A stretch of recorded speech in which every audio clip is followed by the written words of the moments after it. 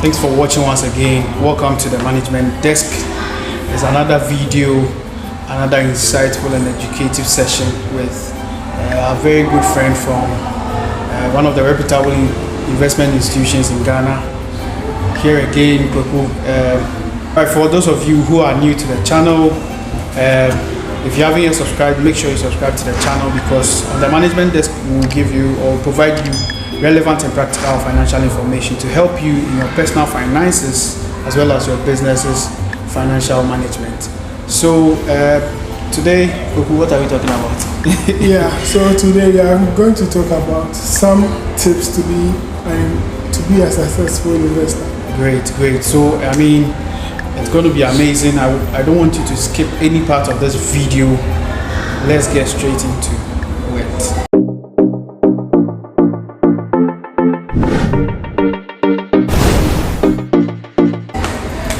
Charlie. All right. So, in fact, some people might have, they might have seen you on the channel before. Others too. This will probably be the first time they are meeting you on the channel. So I want you to just introduce yourself briefly, and then we'll continue with what we have for today. Perhaps a little too brief. Anyways, I'm Chris and I'm an investment banker. What I do is I advise people, individuals, companies to make sound investment decisions for their future. All right, great. So, you see, we've been having some discussions, and we need to learn. I believe that in this life there are so many things we have to learn, and one of the key things we need to learn is our financial management. And so the last time we were speaking about financial freedom, or is it possible financial freedom, even but before you go to whether it's possible or not, when we talk about financial freedom, what are we talking about? Alright, so financial independence. Financial independence, yes. Basically freedom. So financial independence, you don't need to think so much about it. It's quite simple. It's just simply having enough money to do whatever you want at any point in time without incurring debt. The ability for you to do anything you want. Buy pizza, go to France, go to Old Trafford to go watch Man. On a Monday morning. Yes, you can easily make that decision to do whatever you want. It doesn't necessarily need to be anything extravagant. Sometimes the very simple things in life may be so hard for some people. Your ability to do that without incurring debt is what we term as financial independence. So for people, some people also say that it could be the point where you don't have to work.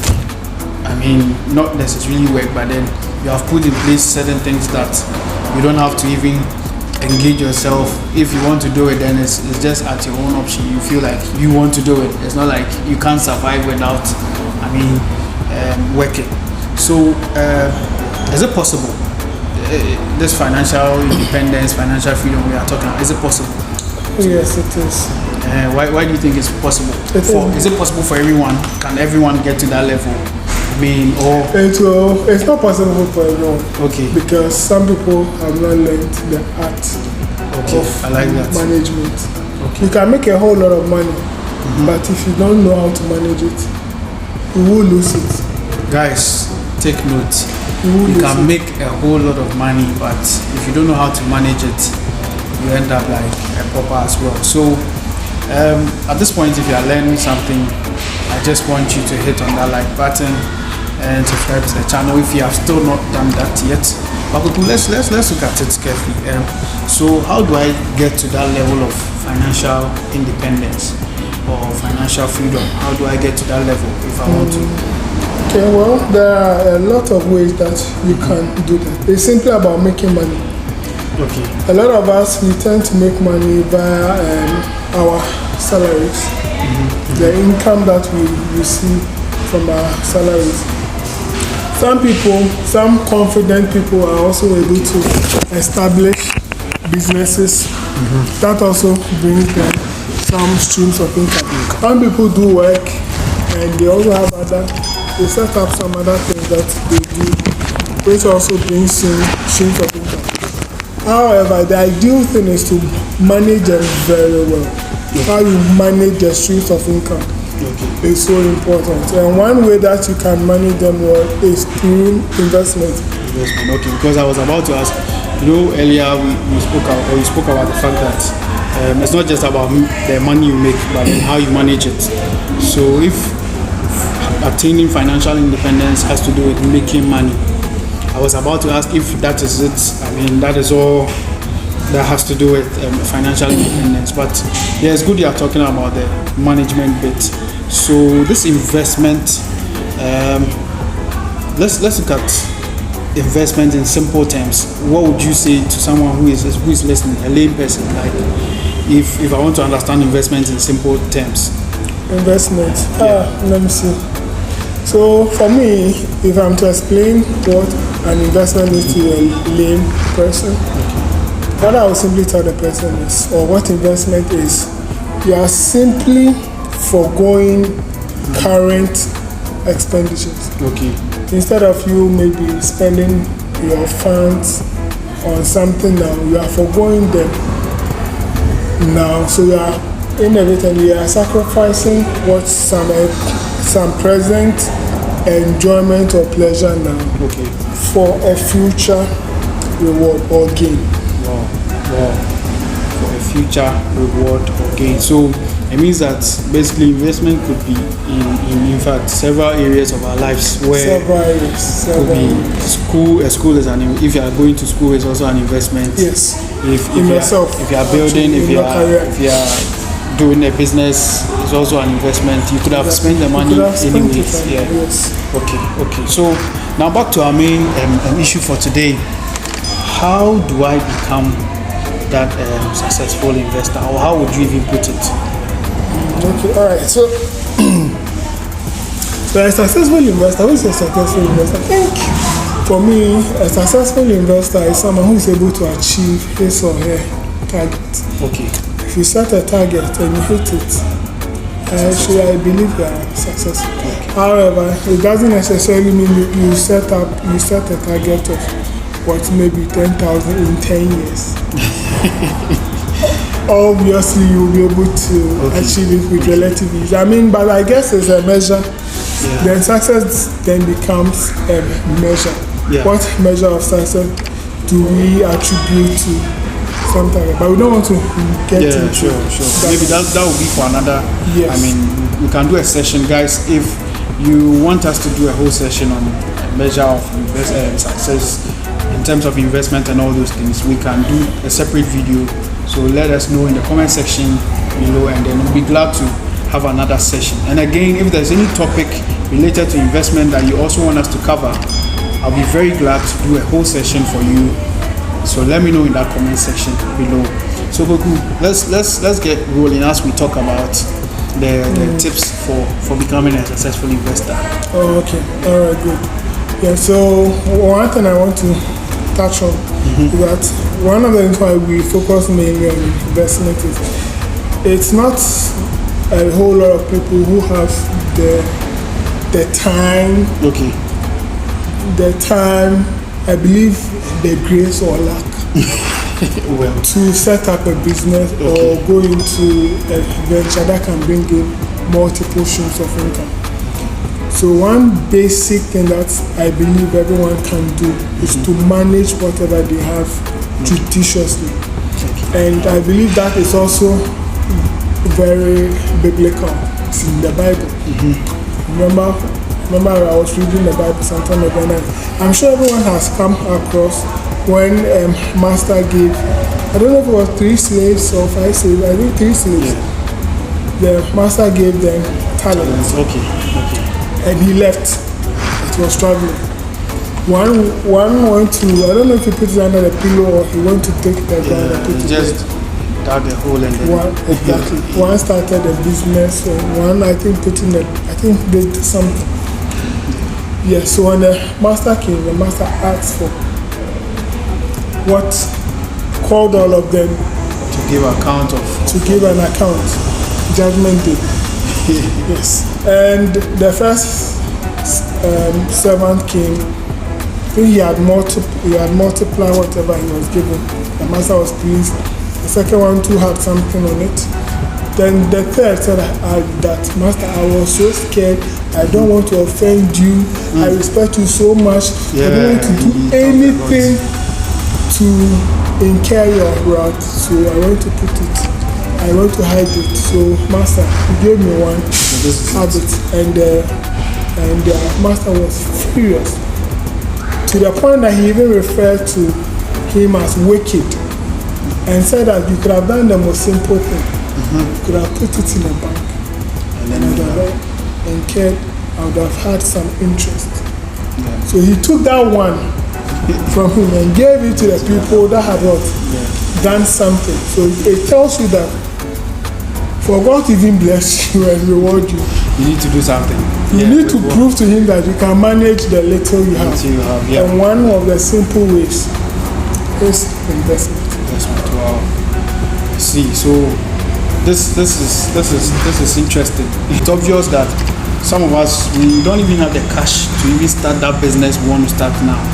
We could have that idea, but I believe you can start investing to generate some extra income on that small amount you have, so that you can eventually be able to get the money you need to start even that business. Yes. So what do we have to do? What can we do? Me, I don't just want to invest, but then I want to succeed. I want to become successful. I want to achieve my targets. What do I do to become a successful investor? Okay. All right. So the very first, it begins with knowing yourself, knowing your risk profile. Okay. Knowing your risk profile is not anything dangerous or anything complicated. It's simply knowing yourself and how you react to certain investment. Not every investment may be suited for you. So it's important to know the kind of investor you are. Out there, we have several, even in the regulated market, we have several investment products or several investment instruments. We have investment ideal for low risk investors. We have investment ideal for high risk investors, short term investors, and high risk. Most of the time, the low risk investments tend to be short term, and the high risk investment tends to be long term. So as an investor, it's important that you know all these and know which one applies to you.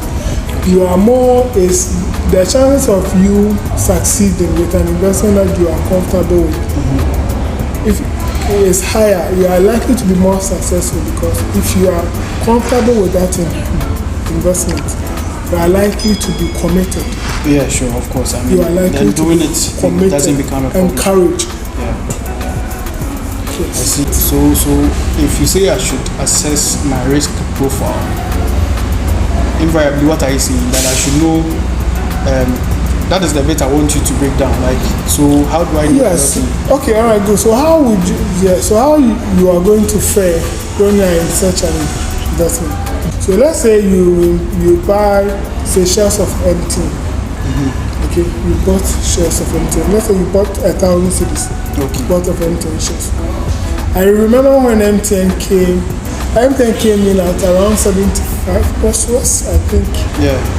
It went up, it went down. So let's say you buy MTN shares. Then maybe after a year, it drops to 69. I remember it dropped to 69 pesos at a point. So right now, the value of an investment has gone down. It's no more 1,000 cedis anymore. Let's say it has dropped by, let's say, 10%. So right now, the value of your investment is 900 cedis. How are you going to react? Are you going to curse people or buy eggs? Are you going to buy eggs and snaps and start cursing your family people for making you lose that investment? So sometimes they don't even curse them. They come and curse the institution they bought it from. and honestly, this is not just a funny thing. I see it all the time. I see it all the time. I see it all the time. So if I'm getting you, your risk is probably how you will be affected. How much of state of your mind and the effects everything. of you losing out on a particular investment will determine your risk. So if, let's say, with the example you've made, if you have an investment of 1,000 cedis and then you lose, let's say, 10% in a year, how are you going to feel? And how are you going to also just get back to yourself and say that, look, you are still going to keep that investment or even go and sell it out? Investment. Okay, so then again, let's go look at, apart from the risk profile or knowing your risk, someone will say risk appetite, what else do you think I should also do? Yeah, so after knowing your risk appetite, so for you to know your risk appetite, there are a lot of forms online that you can take. You just have to search for risk tolerance specialist. Okay. So on the net. Once you do that, I'm sure you should get a couple of those that it will help you tell you the kind of. Okay, so that's for someone who doesn't know whether you are risk or averse or risk and tolerant. I think just the mere fact that you can simply look at you losing can tell you. Okay. Because when you've done a high risk investment and the first year is paying dividends, you will easily tell yourself that, oh yeah, I can handle risk. That's why I've done it. And you have done 35%, 40% a year. And you're like, yeah, me and my high risk. No, don't be fooled. It's when you hate the trenches, that's when the real you comes. Yeah, so after knowing the kind of investor you are, the next thing to do is you need to have a plan. Okay. I mean, obviously. Yes, you need to have a plan. Mm-hmm. And in that plan, you also set targets. Okay. You have to set targets, realistic targets, smart targets. It has to be specific, measurable, and show me. You know about in fact, I remember. Very good, yes. You need to do all this. It's not as easy to be a successful investor.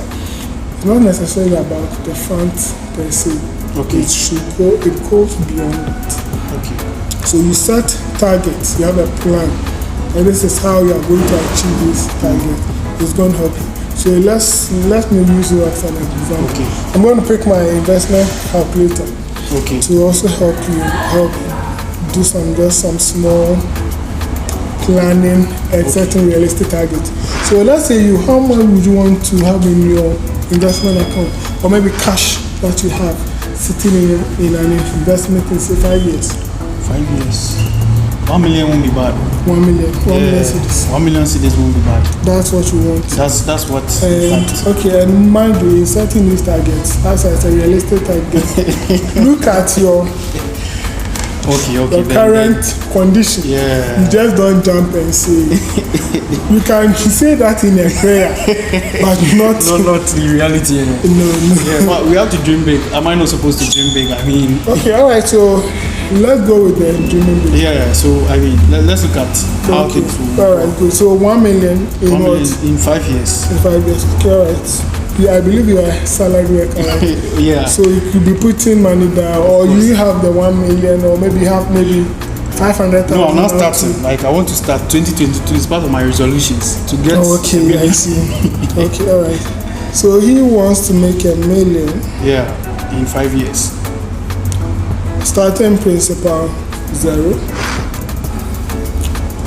A period of 5 years. So we would assume, usually in computation, it's good to assume an interest rate, not so high, not so low. Okay. So I'm assuming 15%. 15%. Okay. Yes. Okay. So, but which app are you using so that at least my audience can also, if they want to also look at it? You can get the data bank app. When you get the data bank app, they have, when you download the app, on the menu you find tools. Okay. Tools. Yeah, you find the investment app. Okay, guys. It's very useful. Play with it. I'll help you a lot. I'll do a separate video as to how you go through and then you navigate your way around the app. So you can go to the App Store and the Play Store as well. Yeah. Yeah. All right. So let's see. So you have to put down 11,583. 11,000. No, honestly, that's not realistic. Anyway, in fact. So maybe in your prayer, I think perhaps it may serve. Then be good for a prayer point. Yeah. A prayer point that God maybe can give me a job or something that can bring me a little over maybe 12,000, so that you can put 11,000 down. Oh, okay. No, so I get it. Like, so now would you want to try again? So let's see 100,000. 100,000. Yeah. So remove 10 and let's see how it goes. So 100,000, you simply have to put down 1,158. 1,158. Okay. So inshallah, by God's grace. Yes. So I believe some people can, some people can't. So it's good if you look at your current situation to make. I think you would want to be as pragmatic as possible. I mean, it's good to dream and all, but sometimes you just have to be realistic. Look at the realities on the ground. Take out your expenses, the major ones, and just see what you can put down. With all the responsibilities we have, Charlie, it will not be easy to be saving that much. Yeah. So let's do 60,000. Okay. 60,000 baht. Let's look at that. Let's see how much. So 60,000. You simply have to put down 695 cents. Okay. 695. Yeah, which is doable. Every month. You can try, and then do it. So that's 60,000 in 5 years. In 5 years. Yes. So I think it's quite good. Yeah. So you set targets and you work on it. Sometimes too, you may not have a target. So you'll be like that's why you need to have a plan. So you have a plan. Okay, if I should take out my expenses, everything, perhaps I can save maybe 1/3 of my salary or 2/3 of my salary. Okay, that's also fine. You don't necessarily have to put everything in your investment account because you need some down for emergencies and all that. So let's say you decide to put down, let's say 300 cedis. Okay. Every month. Let's say you're putting down 300 cedis every month for the next 5 years. Assuming an interest rate of 15%. Okay. So putting down 300 cedis should give you around 26,000. Okay. 300 cedis. A little over 26,000 over 5 years. Now, let's look at something interesting. So let's make the years 10. Okay. So in 10 years, in 5 years, you're having 26. 26. That's what you're going to get in 10 years. In 10 years, you're looking at 79,000. 79. It's more than doubles. Yeah. That's at a rate of 15%. Still at a rate of 15%. Guys, so as you can see, I mean, let us be realistic in our goal setting. And definitely we'll gradually be able to save something in our investment account to be able to attain our targets as well. So at this point, if you are still not subscribed to our channel, make sure you hit on the subscribe button, and don't forget to also turn on the post notifications so you don't miss any of the videos I'll be posting. And please remember to like and share with all your friends, because this is wisdom and knowledge for free. So apart from like setting the smart goals, the smart targets that we've actually delved deeper into, what else do you think I have to do? I think there are quite a number of them that we want to look at. So now we've looking at your risk. And then we've talked about certain realistic targets. Okay, we've talked about having a plan. Yeah, sure. Yeah. So the last thing I would want to add is being disciplined. Perhaps I think I left this one out because I believe that is the most crucial and most important. Okay. Discipline, committed. Okay. Discipline and being committed is so important. Well, why do you think that becomes? Maybe let me throw in diligent. So this discipline, diligence, and then commitment. Yeah. I see. Alright. So it is so important because you can set a realistic target You can know your risk profile, you can have a plan, you can do all of these things. At the end of the day, no one is putting a gun to your head. Okay. You have to take that step. You have to take that step and stay in and trust the process. A lot of times people don't trust the process. They start a year or two and they're like, Charlie, I'm not seeing any better returns. Oh, let me do this here. They are not committed. And unfortunately, I see that a lot. The only times I've seen this is when people are going on with retirement. Yeah, when they are about to retire. Yes, that is the only time that you see that they are fully committed. And at that time, it's too late. And I'm just 2-3 years to retirement. I think we will have to also do even a separate video for retirement and all the issues on retirement, because it's something that is less spoken about.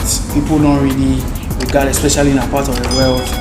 Retirement is usually reserved for maybe all the old people, oldies, and then all the people who have let's say 5 years to retirement. So we'll have to look at that.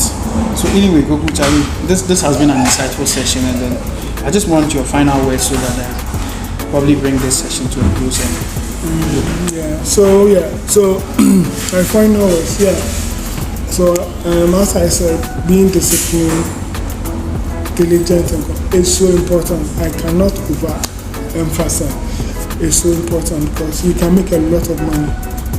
But if you're not disciplined, you're not diligent, you're not committed, you will mismanage everything you have. You will mismanage everything you have. And it's important to be disciplined so you can manage what you have. So that in the future you will not end up being a burden on your kids, your grandkids. No one likes a mom and dad when you ain't them that for money.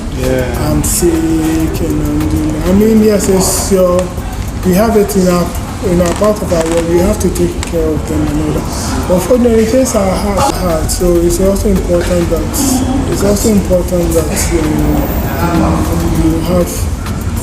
you be self-independent and you be financially independent even in your old age. And I think that's when it's so important, because over there when we are weak, you cannot work as hard as you used to.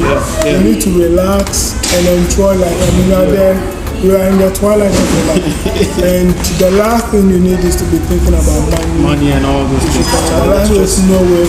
That's no way to live. The stress is too much. Okay. Charlie, thanks. Okay. Thanks.